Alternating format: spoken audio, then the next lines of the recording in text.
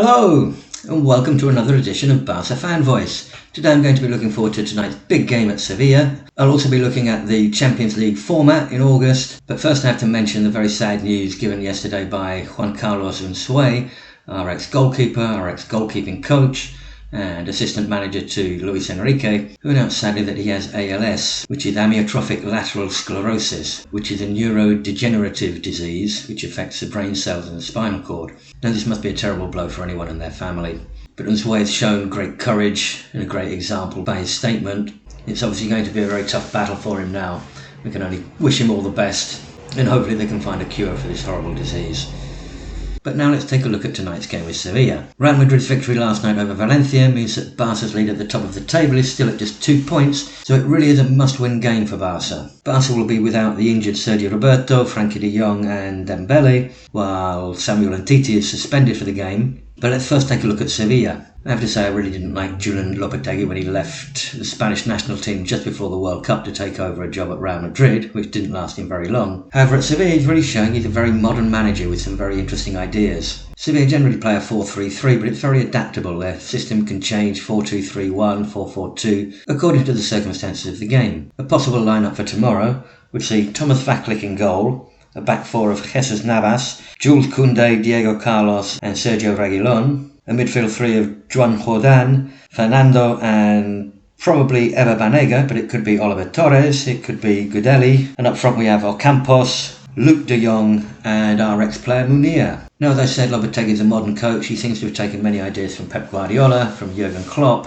They like to play out from the back, so you'll see the centre-backs go wide when the goalkeeper's got the ball, and defensive midfielder Fernando comes in like Busquets does for Barca to receive the ball through the middle. Both full-backs like to get forward. Jesus Navas was of course a winger for most of his career, now converted into a full-back. And the midfield three, you see Fernando's a holding man. Joan Jordan gets up and down, he's a box-to-box midfielder, gets back to support Fernando when Sevilla need to defend. While Banega, of course, is the playmaker. You'll see him drop back to receive the ball from defenders before starting the play. But he can also get forward and doesn't have quite so many defensive responsibilities as the other two midfield players. We have to mention the two wide forwards. Ocampos is in great form at the moment. He's their top scorer with 11 goals this season. He can cut inside to shoot, he can go outside and cross. You'll often see the wide players making use of the space created by Luke de Jong as he drops away from the centre-backs. And Luke de Jong's an interesting player. He's not a typical centre-forward, even though he's big, he's good in the air, but he's not a great goal scorer, only 6 goals in the league this season. But he still plays a very important role for Sevilla. And of course Munir we all know about. We saw the potential when he was young at Barca. He's now finally establishing himself in the Sevilla side, and I'm sure he'll be pleased that Nolito's now left to go to Celta in a controversial move, and I'm sure he'll be keen to score against Barca as he did for Valencia when he was playing for them against us. The variations we might see, we could have Escudero at left back in place of Reguilón. He's not quite as offensive, a bit safer defensively. And in midfield, instead of Banega, I said we might see Oliver Torres, we might see Gudeli. We'll have to see what Lopetegui decides. Sevilla are currently third in the table. They've only lost twice at home this season to Villarreal and Real Madrid. And since the stoppage, they've beaten Betis 2-0 at home and drawn 1-1 away at Levante. Barca, of course, have a very good record against Sevilla in recent years. Our last game against them was in October, where we won 4-0, with goals from Suarez, Vidal, Dembele and Messi. And our last visit to the Sánchez-Pizjuán ended in a 4-2 victory, with a hat-trick from Leo Messi and another goal from Luis Suarez. Messi's hat-trick included this fantastic volley for his first goal. Barca have only lost once in the last 12 visits to the Sánchez-Pizjuán, in the 2015-16 season, in a game which Leo Messi didn't appear. For the game tonight, I think Barca will start with Ter Stegen in goal, a back four of Semedo, Piqué, Lenglet and Jordi Alba. In midfield, Sergi Busquets, Arturo Vidal, and probably I think it will be Ivan Rakitic, not Arthur Melo, but it could be Arthur, we'll have to wait and see. And up front I think we'll have Messi, who's looking for his 700th career goal, Antoine Griezmann and Martin Braithwaite. Now it could of course be Luis Suarez. You would expect after a couple of games of seeing him come on as a substitute that he'd be ready to start the game now. But he didn't look up to the pace on Tuesday against Levante, and I think Braithwaite deserved a chance after his game at Mallorca. We'll see what happens. I'm sure both will play a part in the game, whether they start or they come on as substitutes, but I'll go for a Messi, Braithwaite, Griezmann front three. We're going to be a little bit short on the bench. Of course we can bring on Suarez and Arthur if they're the two who don't start.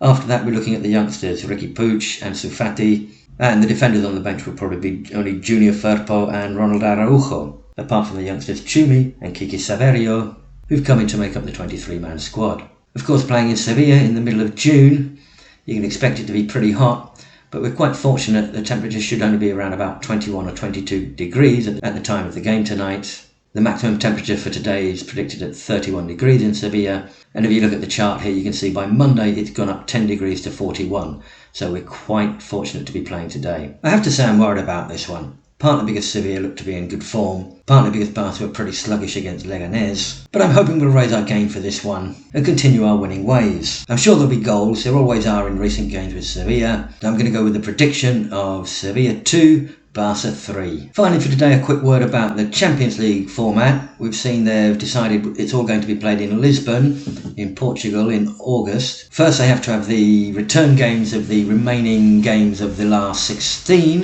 which Barca still have to play in Napoli, and UEFA haven't decided yet whether these games will be played on a neutral ground or at the grounds of the corresponding teams. Obviously for Barca we'd like to play this game at Camp Nou. It seems it would be a rather unfair situation if one team got to play the first leg at home, then the second game was at a neutral ground. But UEFA has said they'll have to wait and see on the ongoing situation with COVID-19. Now, I know it means travelling to different countries, but I'm not sure what difference it really makes with Barca travelling to Seville or Napoli travelling to Barcelona. But we'll just have to wait and see what the people in charge decide. Then, of course, we move on to the tournament in Lisbon. Now, I've seen comments saying, oh, this is exciting. But come on, it's not the Champions League. It's not the excitement we saw last year. Remember those semi-finals, Barca and Liverpool, 3-0 at Camp Nou, 4-0 at Anfield.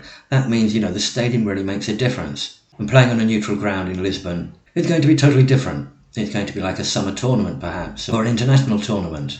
And while, of course, we'll all look forward to it and enjoy it, I insist it's not going to be the same as it would have been under normal circumstances. Will it favour Barca? Well, obviously we'll miss playing those games at Camp Nou. But of course our away form in recent years has not been very good. We've lost heavily at Roma, we've lost heavily at Liverpool, and maybe a one-off game could suit us. But things are as they are, we'll just have to wait and see what happens, and hope that by next season everything can return to normal. Just a final word on the normality of the situation and the absurdity of some of the decisions. I've seen now that in England they've started football and the games are all being showed on TV. While in Spain, if you haven't paid for the channel in question, you need to go out to a bar to watch it. It makes you wonder if the government has the best interest of the people at heart and they want to contribute to the fight against COVID-19. Surely the best thing would be to show the games live on TV for everybody to watch free, and then we wouldn't have to risk our lives going out to watch the football. But yeah, what's more important? Money, lives? I'll leave that one for you. That's all for me for today. Enjoy the game tonight. I'm sure it will be a good one, hopefully better than the first two games we've seen.